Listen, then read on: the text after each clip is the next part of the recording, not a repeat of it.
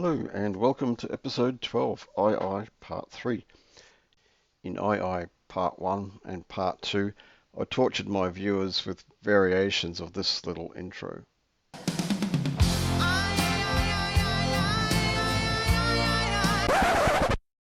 But then I felt cruel, so I won't do that again. In the previous two parts on the eye stalk, I built the stalk out and I cut out the iconic blue discs that go near the eyeball at the end of the stalk. In this episode, I'll be working on the Dalek eyeball itself on the end. The materials I've used will be listed in the description below if you're interested. So here's my Dalek eye stalk, and here's my challenge straight up, is how to connect the eye stalk onto the eyeball of the Dalek. Here I've made up a jig to cut the little ridge line around the 25mm tube, just to get that precision thing happening. I didn't get a video of it, but this is what I did just to get this ridge line. I'll bring this up so you can see it here. Clear. Really thin ridge line on there. It's only a thin tube, so I can't make it too deep. Ridge line, is that even a technical term? I don't know. But anyway, here we go. So that's the gland nut that I've got. It's designed for Conduit, which is ribbed, and the ribs lock into it. It's not just a press tighten one, which I thought it was when I bought it. But anyway, this ridge line should lock into that. Yeah, yep, there we go. That is locked in. It still rotates on the end. I don't think it's a biggie, but it's locked in. To unlock, I can take that out, and there you go. You can see see how it locks in there, and to extract it, just pull it through. Here's the back of the eye, which I did earlier. This ring light. If I turn it off, is that better? Yeah, I don't know. Pros and cons. Anyway, I had 25mm hole in this for the 25mm tube, obviously. So this is the eye stalk. Goes into the back of the eye here. The gland. Yeah. Give it a bit more light. Yeah. Right, the gland goes into the end. That is locked in. Right. So my idea is to basically glue this gland nut inside the eye, and when I want to take it off, I've got to pull it back to hold this still. So this part will be glued inside the back of the eye frame, so to speak. And to take it off, I would take that out, and I would have to push this through the eye to take it out, like thus. I mean, these two bits are glued together here. Anyway, that's the plan. We'll see how it goes.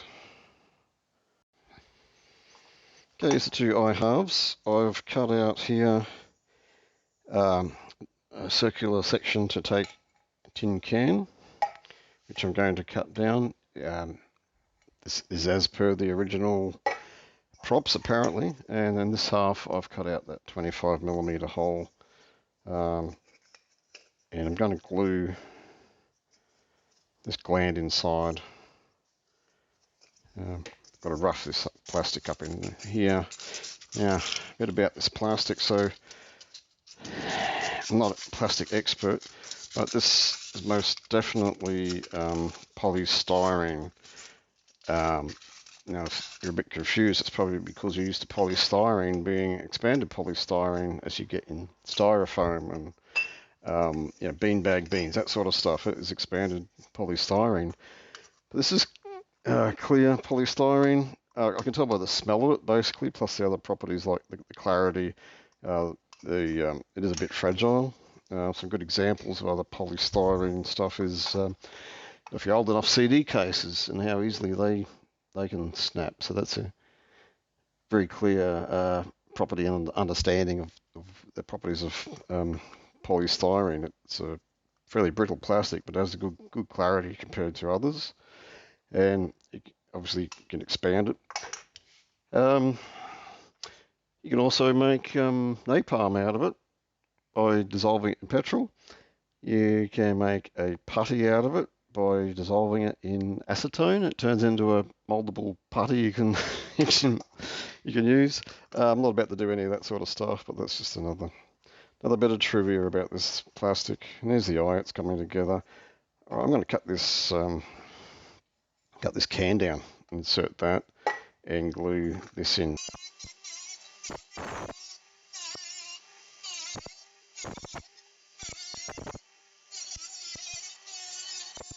Just cut out the tin can. I previously cut out this hole in the eye hemisphere, and I put them together, and you can see how that inserts in there.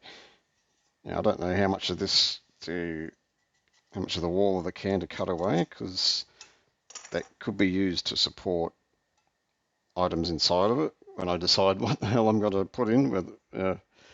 Anyway, so that's that part of it, the eye, and the rear part of the eye has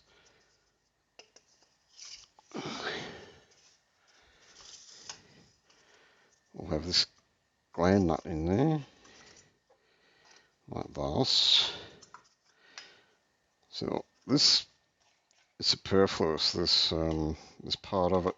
But I'm thinking about not cutting it off and just keeping it for, I could basically bolt in a support plate or something around there to mount stuff inside the eye. So I'm going to keep that for now. But the locking ring around here is going to get glued to the inside of this hemi for the eye, and the other part of the eye hemi goes in here. You can sort of see how the stuff goes together inside. It's kind of nice having it clear because you can see inside what's going on. So it will be painted obviously in the end. So here I've got liquid nails. This is a really old. You can see it's rusted here. It's really old. I don't know how good it's going to be, but I think it's urethane-based glue, which should glue plastic. Actually, while I'm talking about it, I split this while I was trying to cut the ring out, and this is glued here with super glue, but of course super glue is quite fragile, so I will probably reinforce that with the liquid nail stuff as well. But first up, this is getting glued in with liquid nails. Okay, this stuff is really old. It's like a dark brown goo, and I don't think I'll be using it beyond this job anyway, so I'm not really worried it will be thrown out pretty soon.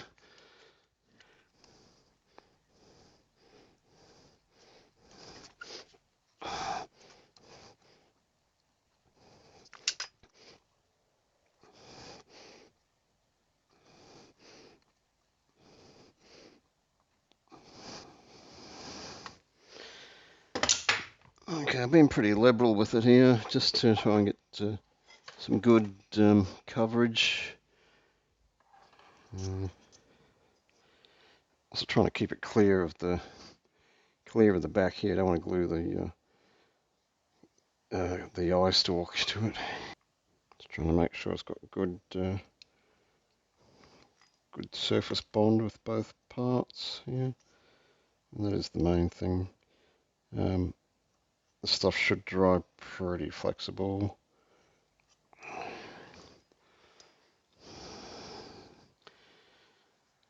Alright, that's looking pretty good. Ah. So while I've got it out, I'm just going to put some glue on the back of this and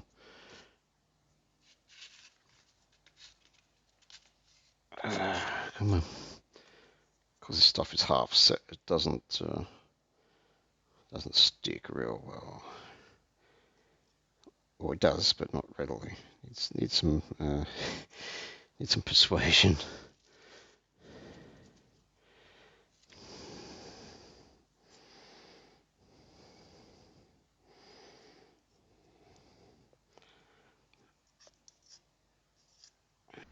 To glue the two halves of the eye together, I'm using super glue first. Super glue is strong and it works well with this plastic, but it's still a brittle kind of glue, much like the material itself, I guess. But the plan is to use super glue first, hold it together fairly firmly, and then back that super glue with the liquid nails behind it.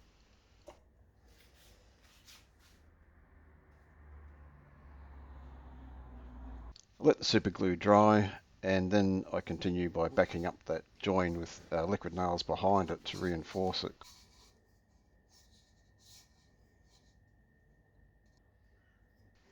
Because this liquid nails is already half set, I spread it out with a stick to make sure it's got a good surface bond with both halves of the eyeball. The next job on the list is to fold over the edge of the tin can that I've cut to make sure it doesn't have a sharp edge on it. Make sure you use a soft-headed hammer so you don't actually flatten the material out with it or dent it. Then using an old piece of stainless steel rod I've got here held in the vise, I tap the initial edge over. When I'm tapping away with the hammer, the motion is in and down, not just in. After the initial fold, the next step is to lay it flat and fold it about 90 degrees. And once you've worked that down, the next step is to take it another 45 degrees past the 90 by, I'm using the vise in this case as like an anvil to work it down to the next stage. And finally, the last stage is to work it flat and fold it back against itself. Just keep giving it light taps, working it around, and eventually it will all flatten out. And the more taps you give it, the flatter it gets and the neater it gets.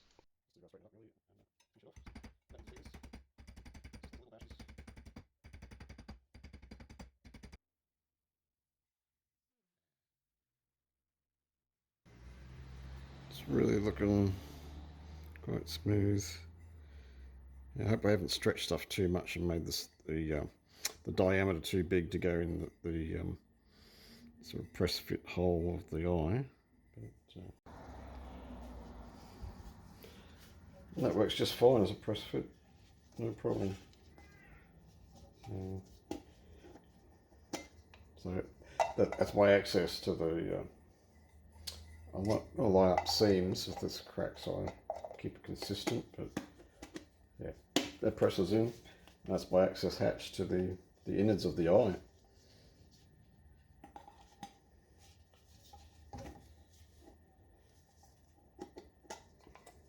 Yeah, looking good. I cut a bit of this off too.